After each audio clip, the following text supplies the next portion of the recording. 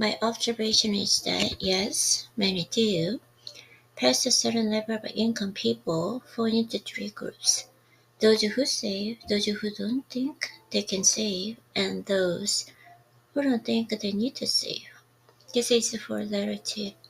The first idea, simple but easy to overlook, is that building wealth has a little to do with your income or investment returns and lots to do with your savings rate. A quick story about the power of efficiency. The same is true with our money. Investment returns can make you rich, but whether an investment strategy will work and how long it will work for and whether markets will cooperate is always in doubt. Results are shrouded in uncertainty. Personal savings and frugality, finances conservation, and efficiency. If you view building wealth as something that will require more money or big investment returns, you may become as pessimistic. If you view it as a part by your own frugality and efficiency, the destiny is clearer. Wealth is just the accumulated leftovers after you spend what you take in, and since you can build wealth without a high income but have no chance of building wealth without a high savings rate. It's clear which one matters more. I'm better off than you are despite being a worse investor. I'm getting more benefit from my investments despite lower returns. The same is true for incomes. Learning to be happy with less money creates a gap between what you have or what you want, similar to gap you get from growing your paycheck, but easier and more in your income. A high savings rate means that having lower expenses than you otherwise could, and having lower expenses means your savings go further than you would if you spent more. Everyone is to the basics. Once they're covered, there's another level of comfortable basics, and past that, there's basics that are both comfortable, entertaining, and enlightening.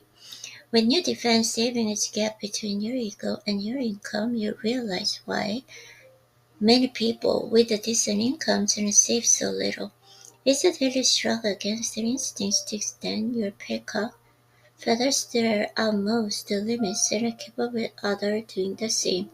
People with enduring personal finance success, not necessarily those with high incomes, tend to have a propensity to not give a damn what others think about them. Savings can be created by spending less. You can spend less if you desire less. And you will desire less and if you care less about what others think of you. As I argue often in the book, many relies more on psychology than finance. But saving does not require a goal of purchasing something specific. Your flexibility and control over your time is unseen return on wealth. I see as incalculable. Saving in the bank that earns 0% interest might actually generate an extraordinary return if they give you a flexibility to take a job with a lower salary but more purpose, or wait for investment opportunities that come when those with the flexibility turns desperate. And the hidden return is becoming more important. If you have flexibility, you can wait for good opportunities, both in your career and for your investments. You will have a better chance of being able to learn a new skill when it's necessary. You will feel less urgent to chase competitors who can do things you can't and have a more leeway to find your passion and your niche. At your own pace, you can find a new routine, a slow pace, and think about life. with a different set of assumptions.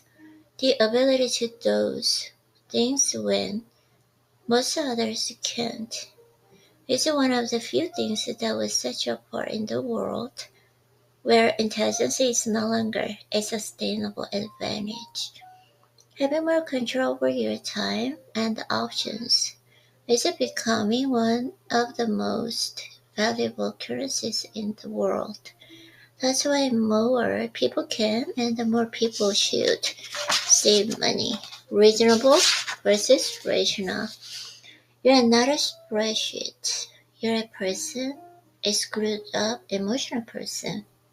It took me a while to figure this out, but once it clicked, I realized it's one of the most important parts of finance. With it comes something that often goes overlooked. Do not aim to be coldly rational when making financial decisions. Aim to just be pretty reasonable. Reasonable is more realistic, and you have a better chance of sticking with it for the long run, which is what matters most when managing money. Hmm. I visualized my grief if the stock market went way up and I wasn't in it, or if it went way down and I was completely in it.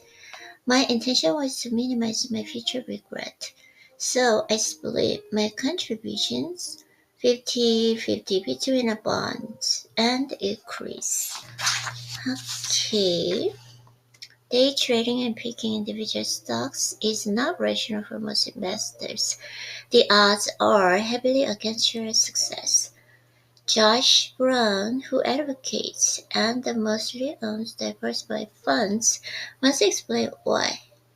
He also owns a smattering of the individual stocks. I'm not buying individual stocks because I think I'm going to generate alpha performance. I just love stocks. I have ever since I was 20 years old. And as my money, I get to do whatever quite reasonable. Acting on investment forecasting is dangerous, but I get why people try to predict what will happen next year. It's human nature. It's reasonable.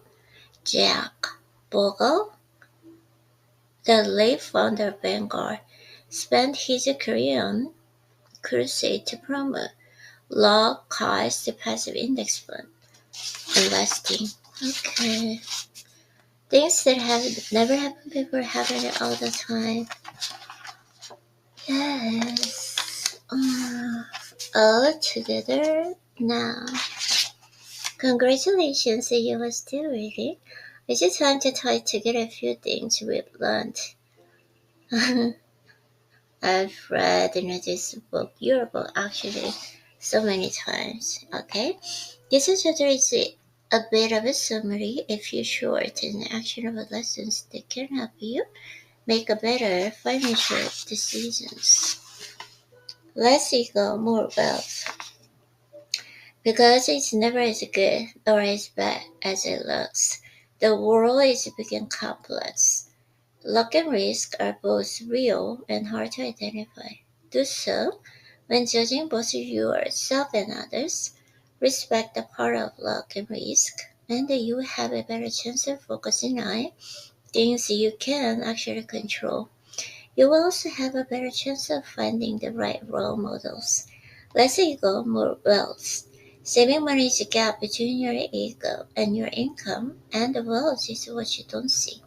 And the wealth is created by suppressing what you could buy today in order to have more stuff or more options in the future.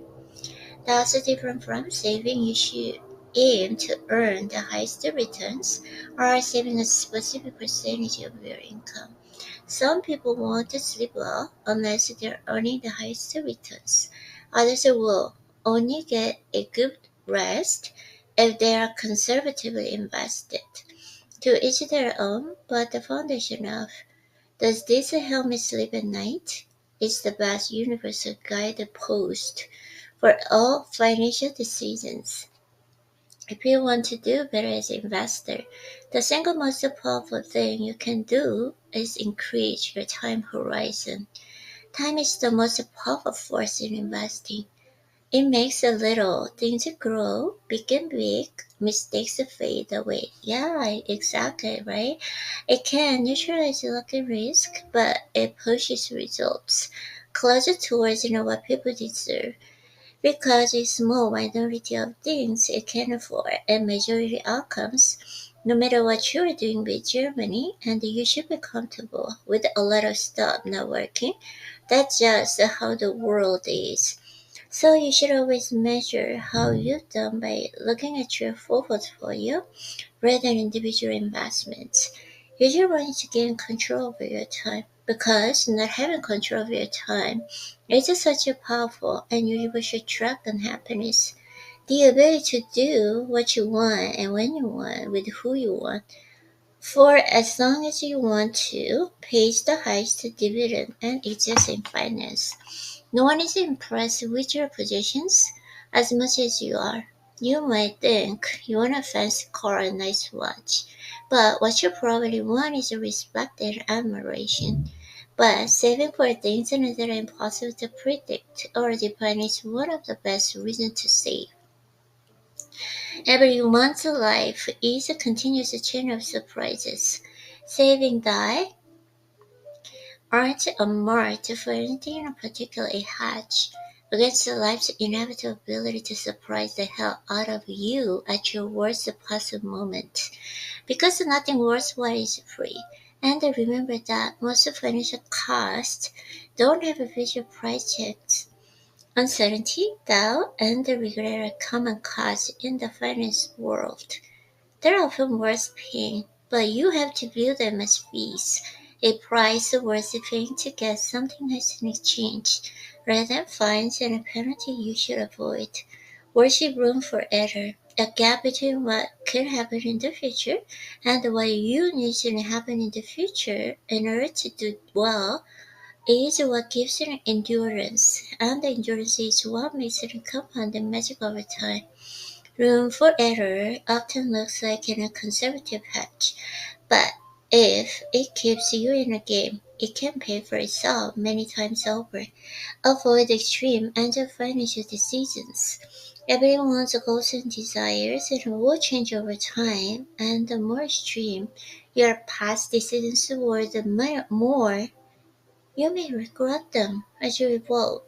Define the game you are playing and make sure your actions are not being influenced by people playing a different game. Respect the mass, smart, informed, and reasonable people can disagree, and friends because people have vastly different goals and desires. There is no single right answer, just the answer that works for you. Now, let me tell you what works for me. Okay, I'm going to read tomorrow.